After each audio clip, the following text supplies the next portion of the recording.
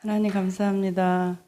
오늘 말씀을 증거할 텐데 하나님의 성령님께서 기름 부어주시고 사람은 가리시고 하나님의 말씀만 증거할 수 있도록 도와주시옵소서. 말씀의 시종을 주께 탁하오고 예수 그리스도 이름으로 기도합니다. 아멘. 자, 오늘 사무엘하 7장 1절로 17절 좀 길죠? 이 사무엘하 7장은 다윗의 언약이 나오는 장입니다.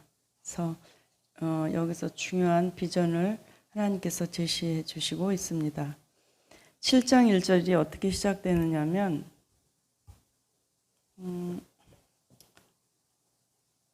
여호와께서 주 위에 모든 원수를 무찌르사 왕으로 궁에 평안히 살게 하신 때에 라고 시작하고 있습니다. 이게 뭐냐면 다윗이 이제 남유다와 북이스라엘을 통일을 해가지고 그러니까 통일 왕국이 됐어요.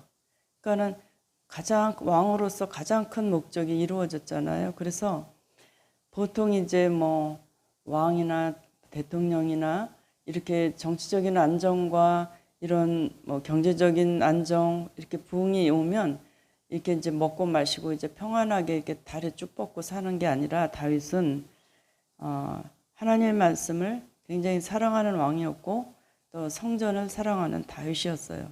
그래서 새로운 근심이 생기기 시작했어요. 뭐냐면 하나님의 그 법궤, 성막 이것을 이제 백향목으로 이제 세우는 이런 일들이었는데 이스라엘의 통치 원리를 좀 이렇게 보면 이스라엘 백성들과 맺으신 하나님의 그 언약을 따라서 이렇게 흘러가는 것을 보게 됩니다.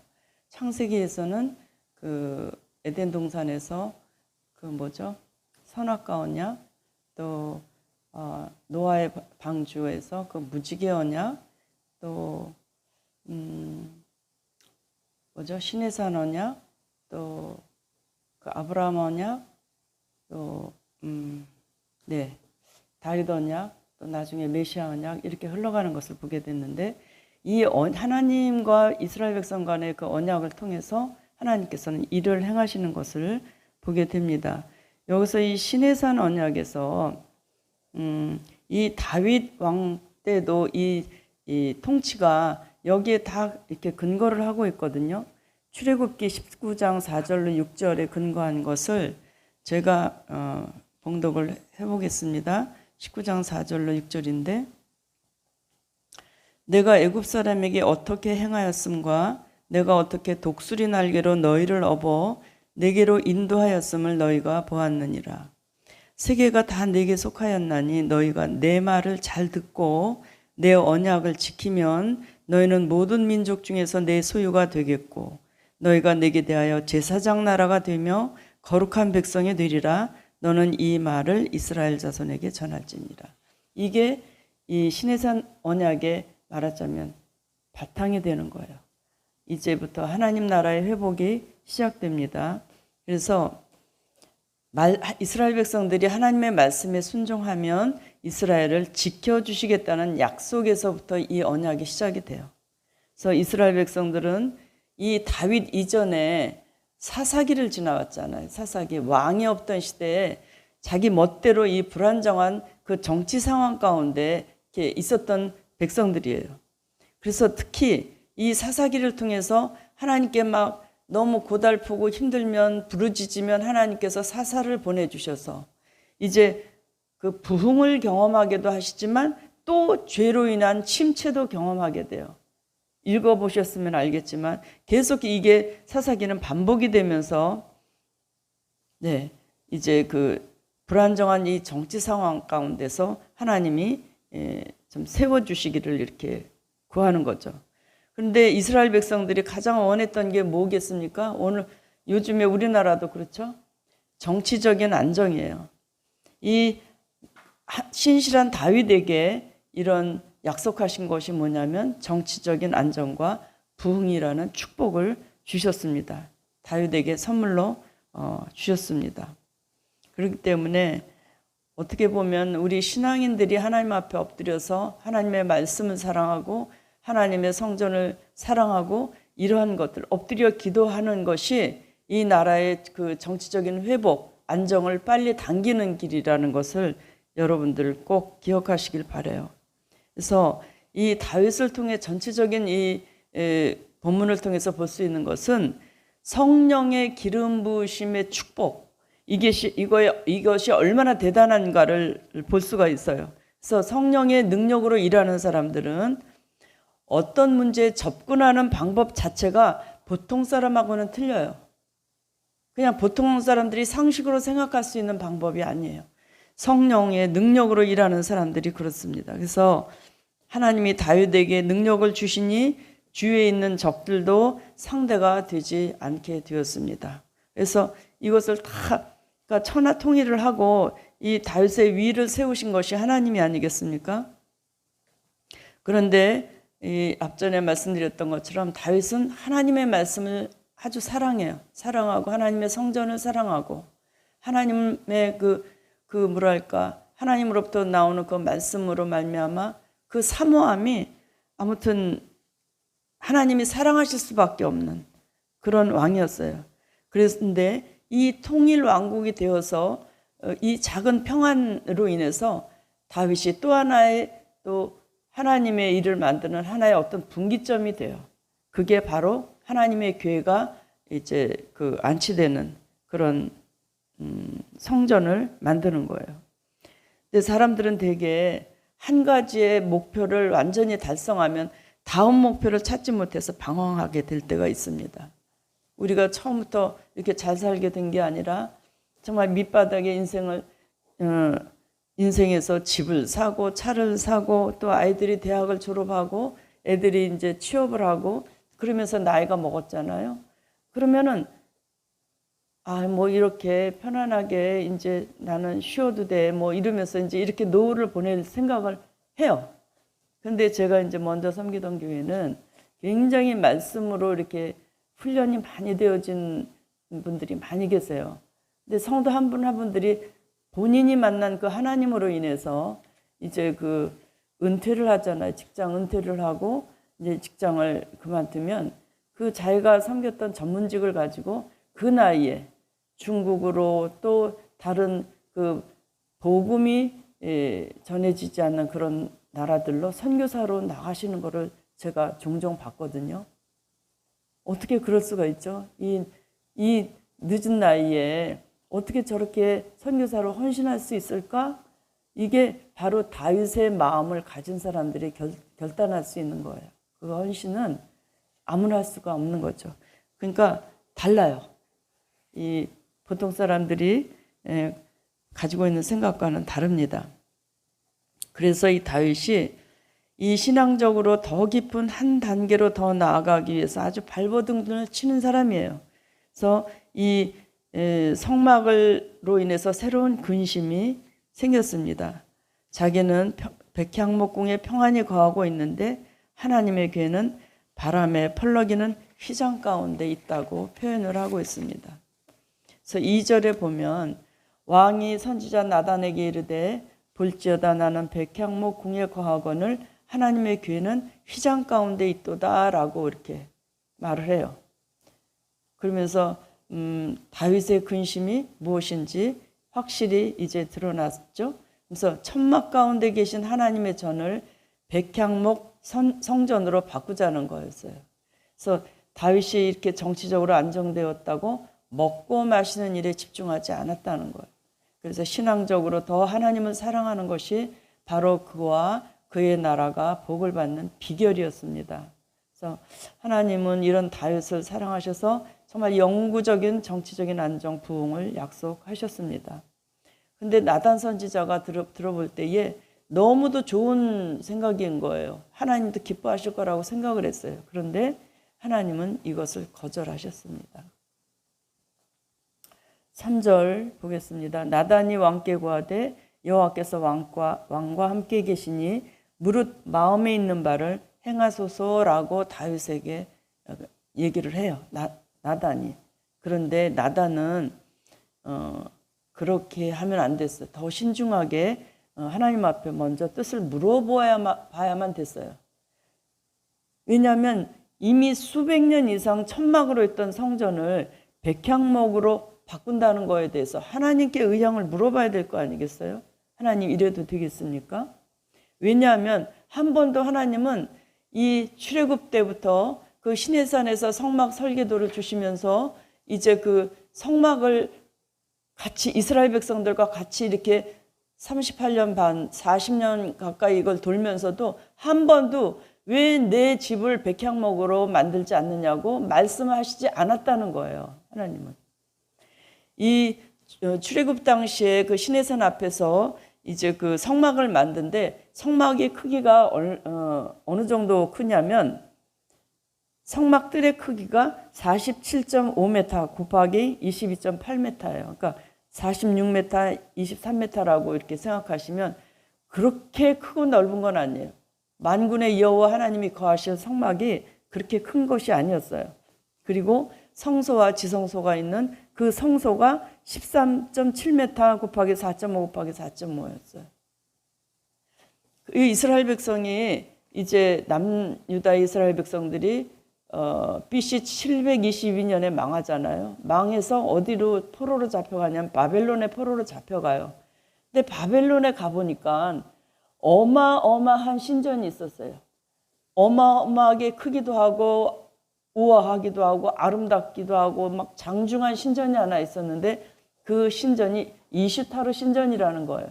그건 뭐냐면 바벨론 사람들이 섬기던 그모스 신, 그 그모스 신을 안치한 곳이 그 이슈타르 그 신전이었는데 그 그모스는 그 놋을 펄겋게 달군 그런 그 손바닥 위에다가 그 영화를 바치는 거예요.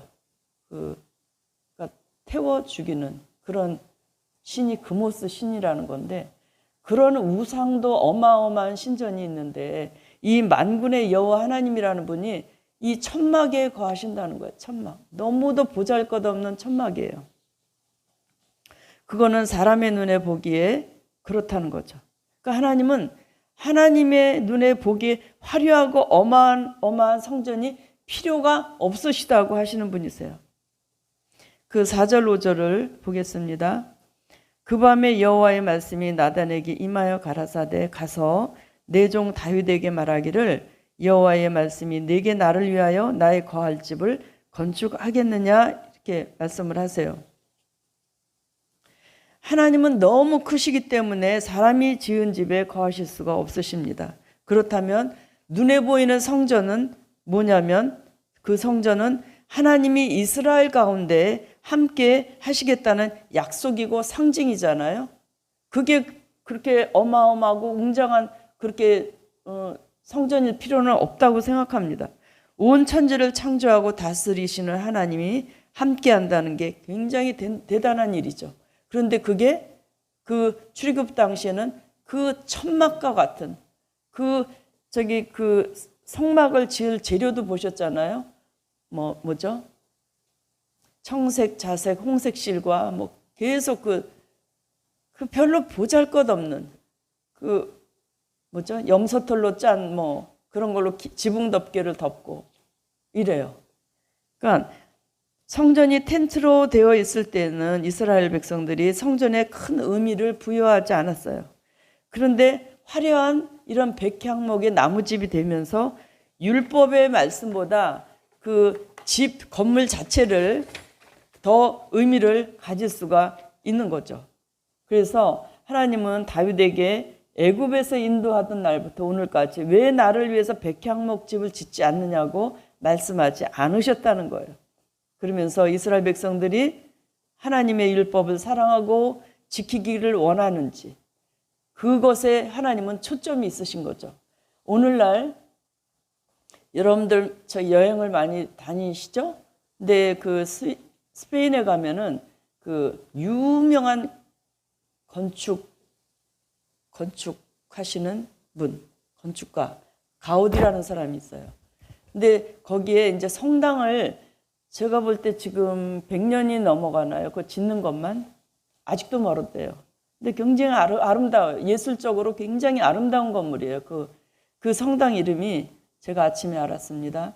사그라다 파밀리아라는 가족 성당이래요. 예? 자, 거기에 계신 하나님과 이 천막에 계신 하나님을 좀 비교해 보시고, 또 LA 가면은 뭐 크리스탈 처치라고 해서 로버트 슐러 목사님이 그거를 담임하셨잖아요. 지금 아드님이 하시는 거. 그 수정으로 다 지은 그 교회하고, 그럼 우리는 지하교회하고, 사람들이 건물을 많이 보잖아요. 특히 대형 교회들 뭐 그렇지 않나요?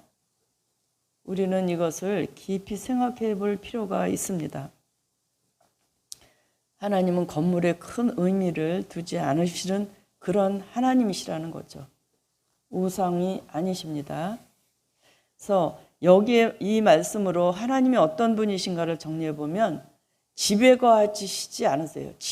집은 뭐예요? 움직이지 않는 거잖아요. 움직이지 않고 그 한 자리에서 뭐 아주 쓰러질 때까지 그냥 그 집은 있어요. 움직이지 않고 장막과 회막에 거하신 하나님이세요. 그 이스라엘 백성과 함께 했던 그러니까 무빙 텐트, 그러니까는 이거를 접었다 폈다 이동하기 쉽고 이렇게 만든 거예요. 이 텐트는. 그러면서 이스라엘 백성이 움직일 때 이스라엘 백성들 뒤에서 움직이셨을까요? 가운데 계셨을까요? 앞에 계셨을까요? 이 법궤는 항상 이스라엘 백성들의 앞장을 서서 이스라엘 백성들을 인도하셨어요. 이 광야 생활 내내 그랬고, 또 그때 가나안에 들어와서 500년이 지나고 이 다윗의 시대까지 우리 이 사무엘하 6장에는 그 법궤를 법궤 옮기는 거 나오잖아요. 우사가 소에다가 그 수레에다가 법궤를 싣고 그 떨어지는 법궤를 만졌을 때 즉사를 했다. 이 법궤가 옮겨지는 장면이 바로 6장에 나와요. 6장에. 이건 7장이고요. 그러면서 하나님은 이렇게 좌정하시고 가만히만 계시는 분이 아니시라는 거예요. 일하시는 하나님. 안식하시는 하나님이 아니라 일을 행하시는 하나님이라고 볼 수가 있고, 이스라엘 자손을 애굽에서 인도하여던 내던 날부터 오늘날까지 다윗이 이제 이렇게 왕으로, 통일왕국의 왕으로 될 때까지, 그러면서 하나님이 원하시는 것은 목속으로 된 건물이 아니라 구속함을 입은 백성들 가운데 거하시기를 원하신다는 거죠. 하나님은.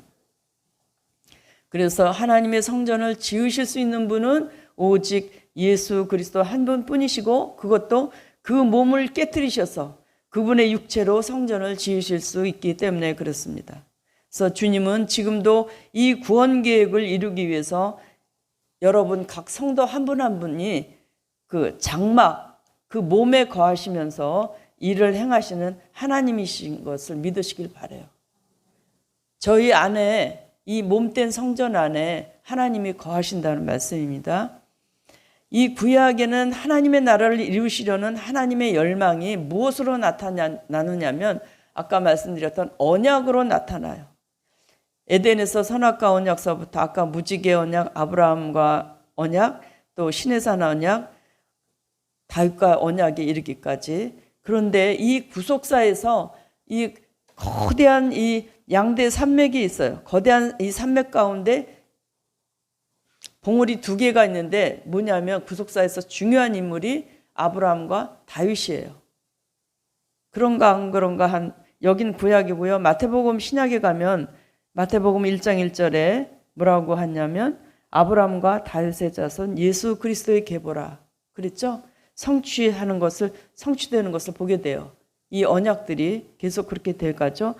이렇게 구속사에 있어서 이 사무엘하 7장의 비중이 굉장히 커요.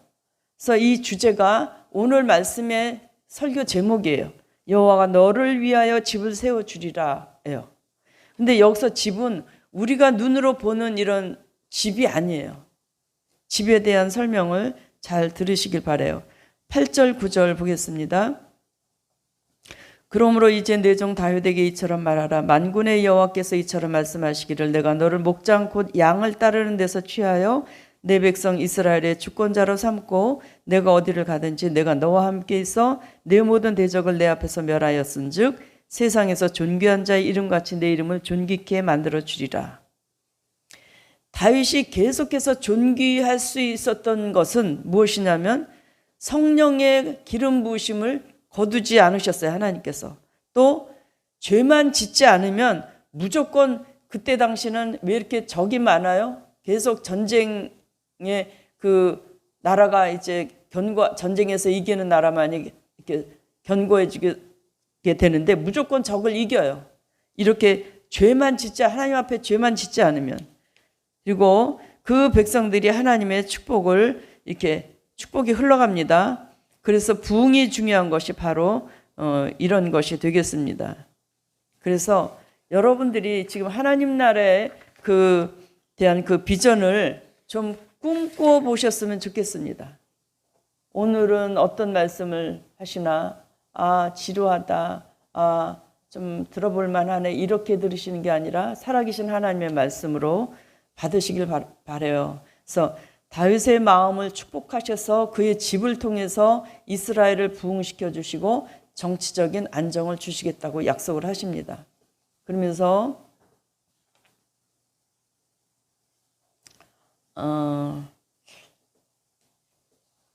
우리가 죄로 인해서 넘어지면 막 그 상처투성이가 되잖아요. 그러니까 애들도 이렇게 병치레하는 애들은 잘 이렇게 쑥쑥 크지를 못해요. 처음부터 건강하게 이렇게 병치레 없이 잘 자라는 애들은 쑥쑥쑥쑥 잘 자라죠. 그죠? 아주 무럭무럭 잘 자라요. 그러니까 이게 뭐냐면 죄로 인해서 우리가 넘어지거나 죄로 인해서 자꾸 그 죄로 인해서 그 연단받고 훈련받으면 잘 자라지를 못하잖아요. 그러니까 이 죄에 대해서 우리가 굉장히 두려워해야 되고 죄를 멀리 해야 됩니다. 그래서 마찬가지로 우리나라에도 이런 정치적인 안정이나 경제적인 부흥이 오게 하려면 우리가 하나님의 성전을 더 사모하고 말씀을 더 사랑할 때 이런 축복이 됩니다. 그래서 이것은 또 요즘 시대의 이 코로나 팬데믹 현상에 비교하면 지금 아주 나락으로 떨어진 것 같아요. 모든 게. 이 바닥을 치고 이제는 일어날 때예요. 이 바닥친 자리에서 하나님 앞에 하나님의 말씀과 기도로 우리가 깊이 하나님 앞에 나아가면 이젠 하나님께서 우리의 기도를 받으시고 회복하시면서 부흥의 때가 온다는 거죠. 이 부흥은요, 이 지난 역사적으로도 보면 가장 어렵고 힘든 그 시대에 하나님의 말씀으로 회개하고 말씀으로 나아가는 자들로 인해서 부흥의 시대가 열렸다는 것을 꼭 기억하시길 바라요. 지금 이 상황, 바로 코눈 앞에 있는 상황만 바라보고 정말 포기하고 막 이 시대는 왜 이렇게 힘들어 막 이러실 게 아니라 비전을 붙잡고 나아가실 수 있기를 바라요. 그래서 이제 다윗의 언약을 하나님께서 허락하십니다. 11절 하반절과 12절을 읽겠습니다. 여호와가 또 내게 이르노니 여호와가 너를 위하여 집을 주시고, 자, 집에다가 동그라미 표시를 하시고요. 내 수완이 차서 내 조상들과 함께 잘 때에 내가 내 몸에서 날 자식을 내 뒤에 세워 그 나라를 경고케 하리라 하십니다. 드디어 이제 이런 정치적으로 경제적으로 안정이 되니까 하나님께서 성전을 짓는 것에 대해서 허락을 하십니다. 그러면서 이 집을 지어주시겠다고 다윗을 위해서 집을 지어주시겠다고 오히려 말씀을 또 하세요. 그 뜻이 뭐냐면 다윗에게 세워주신 메시아 언약을 가리키는 것을 말합니다. 그래서 이 집은 눈에 보이는 집이 아니고요, 다윗의 가문을 말하고 있고요. 그러면서 이 언약을 세워주시는 이 대목에서 내가를 9번을 말씀하세요. 하나님의 일방적인 언약이 되고 주권적으로 성취하시겠다는 아주 강한 의지가 표출되어 있습니다. 그래서 다윗이 너무도 하나님의 말씀을 사랑하기 때문에 이 다윗과 같은 생각을 가진 자들, 이런 다윗과 같은 말씀을 사랑하는 그런 자들로 인해서 거기서 배출되는 인물들을 이스라엘을 섬기게 하시겠다고 약속을 하십니다.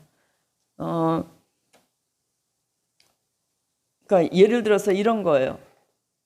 이 감리교회는 요한 웨슬레가 이렇게 그 하나님의 말씀을 바탕으로 해서 이렇게 감리교가 이렇게 창시가 됐잖아요. 근데 장로교는 이제 칼빈이에요. 근데 이 칼빈임을 보면 정말 그 신학자고 목회자였어요. 하나님의 말씀을 굉장히 사랑해요. 이 칼빈이 그 하나님을 말씀을 사랑하는 그 신앙을 토대로 해서 이거를 하나님은 칼빈 일대에 이걸 끝내게 하시는 게 아니라 한 사람으로 끝내지 않고 많은 사람을 이렇게 붙여주셨어요. 그래가지고 어떻게 됐냐면 이 칼빈의 사상이 한 집을 이루어요. 집을. 그래서 영국에서 청교도주의가 생겨났고요. 프랑스에는 위그노파, 네덜란드와 스코틀랜드는 국교로 아예 인정이 됐어요. 그리고 우리나라 장로교도 이 칼빈의 사상에 기초를 두고 있죠.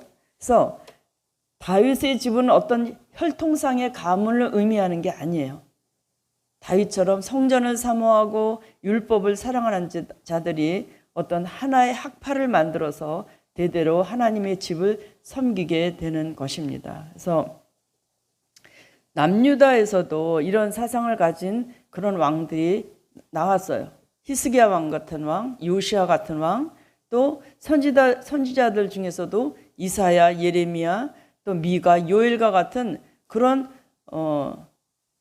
선지자들이 나왔죠. 그들로 말미암아 이제 그 유다가 다윗과 같은 신앙으로 지켜진 거예요. 쭉 지켜진 거예요.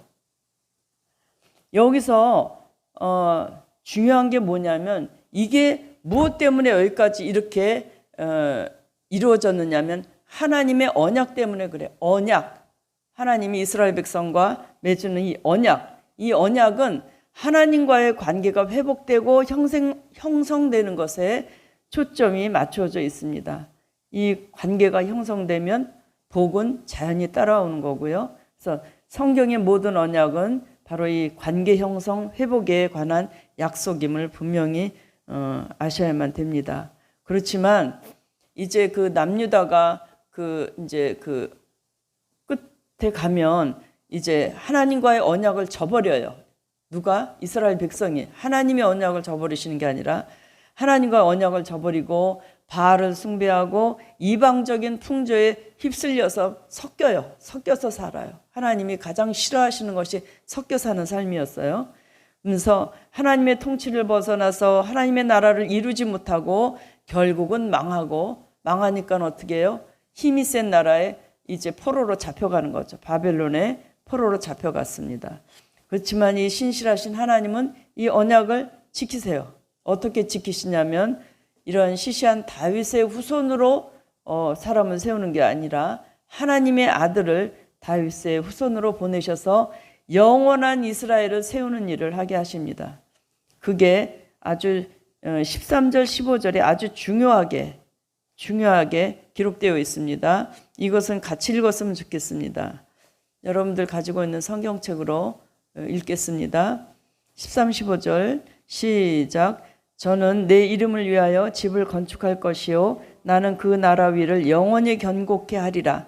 나는 그 아비가 되고 그는 내 아들이 되리니 저가 만일 죄를 범하면 내가 사람 막대기와 인생 채찍으로 징계하려니와 내가 내 앞에서 패한 사울에게서 내 은총을 빼앗은 것 같이 그에게서 빼앗지 아니하리라. 분명히 말씀하셨습니다. 다윗과 사울은 달라요. 근데 하나님은 공의의 하나님이라고 하셨는데 어떻게 이렇게 다윗이 죄를 짓고 다윗의 후손들이 죄를 지었는데 내 은총을 어떻게 빼앗지 않으십니까? 이렇게 말할 수가 있어요. 근데 여기서 다윗에게 세워주신 언약에는 영원히가 들어가 있고 견고케 하리라고 거기 기록되어 있죠. 그 나라 위를 영원히 견고케 하리라. 자, 이 말씀이 강조되어 있는데 이거는 하나님의 속성과 결부된 단어예요. 그래서 다윗의 왕권이 견고해졌을 때 그때서야 이제 하나님께서 건축을 허락하셨어요. 그래서 이 건축이 이 백향목으로 이 성전이 지어질지라도 외형이 외형은 변하지만 중심은 변하지가 않죠. 또 보장해 주시는 말씀은 다윗에게 메시아 언약으로 내가 변하지 않겠다, 불변적인 것으로 하나님께서 보장을 하십니다. 지난 이게 무슨 뜻이냐면, 저희 이제 수련회 때 그 애들 수련회를 여기서 이제 줌으로 했습니다. 권사님들도 이렇게 수고해 주시고 했는데, 이 찬양을 할 때에 모든 악기를 동원해요. 옛날에는 뭐 교회 안에서 드럼을 치고 뭐 막 기타를 치고 그러면은 굉장히 복음 선거하는 것도 막 이제 막 반대를 하고 그런 장로님들 계셨어요. 근데 요즘에는 드럼뿐만 아니라 일렉트릭 기타, 굉장히 음이 막 기가 막힌 음이잖아요. 막 신경질적인 음, 일렉트릭 기타, 베이스 기타, 뭐 이런 드럼뿐만 아니라 뭐 나팔 다 동원해요. 다 동원하는 것이 뭐예요? 하나님을 찬양하는 거가 되는 거죠. 어떤 이 본질적인 것은 변하지 않고 이 성전을 세운다는 것은 외형만 변하는 것이 되겠습니다. 그래서 그러나 다윗에게는 허락하지 않습니다. 왜? 전쟁에서 많은 사람들이 피를 흘렸기 때문에 그 거룩하고 또 평화의 성전을 짓는 것에 합당치 않다는 것이에서 완전한 그 하나님의 나라의 도래가 결국은 뭐예요? 그리스도가 오셔야만 된다는 것을 말씀을 할 수가 있다고 말씀할 수가 있습니다. 이 다윗의 언약이 그 다윗에게 하나님께서 허락하신 메시아 언약을 믿는 구약시대 모든 성도들로 인해서 들도 이렇게 망하거나 폐하여지지 않고 구원 얻음이 가능해졌어요. 이 다윗 언약으로 인해서.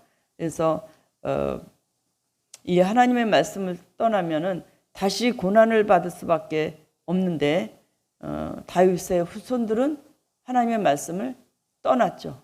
떠나서 정말 많은 환난을 당하고 종국에는 바벨론으로 끌려가게 됐어요. 그래서 저희에게는 이 당대에 너무 잘 되는 것보다 하나님의 말씀을 길러놓는 것이 아주 중요해요. 여러분들의 자녀나 또는 손주나 손녀들에게 말씀으로 세워놓는 것이 중요해요. 제가 정말 내 세대에 잘 살고 떵떵거리면서 잘 살고 누리면 뭐합니까? 다음 세대는 어떡합니까? 그렇기 때문에 내가 당대에 잘 되는 것보다 하나님의 말씀의 사람을 잘 길러놓는 것이 굉장히 중요합니다. 결론적으로 이 언약이 있었기 때문에 다윗뿐만 아니라 다윗에게 세워주신 이 메시아 언약을 믿는 구약시대의 모든 성도들이 정말 이렇게 망하지 않고 폐하여지지 않고 구원을 얻음이 가능해졌다는 말 또다시 드립니다. 이 언약이 바로 신약에 와서 오늘날 은혜의 언약이고 또 복음이라는 말씀입니다. 그래서 하나님께서 이 사람의 매와 인생의 채찍으로 징계하시려니와 패하거나 빼앗지는 않겠다고 말씀하시는 것이 가능하게 되었습니다. 저희도 예수 그리스도의 이름으로 하나님 앞에 정말 회개하며 보혈로 덮어주시기를 구하며 또 그렇게 한 걸음 한 걸음 나아가며 하나님의 나라를 위해서 힘쓰고 애쓰시는 여러분들이 되시기를 바랍니다. 네, 기도하겠습니다. 하나님 아버지 감사합니다. 우리가 하나님의 말씀을 귀하게 여기고 성전을 귀하게 여기고 또 그 말씀으로 우리의 인생 전체를 헌신하며 그렇게 살아가기를 원합니다. 우리의 연약함과 또한 아버지 그 부족한 것들을 주의 십자가의 보혈로 가리워 주시고 이제 우리가 살아갈 남은 인생들이 정말 주님의 그 성전을 기뻐하며 하나님의 말씀을 귀하게 여기며 또 하나님의 나라를 이루어가는 자들로 성령님 기름 부어 주실 때에 그 성령으로 충만케 하시고 성령의 능력으로 하나님 그 모든 문제들을 헤쳐나갈 수 있도록 도우시옵소서. 감사하고 예수 그리스도 이름으로 기도하옵나이다. 아멘.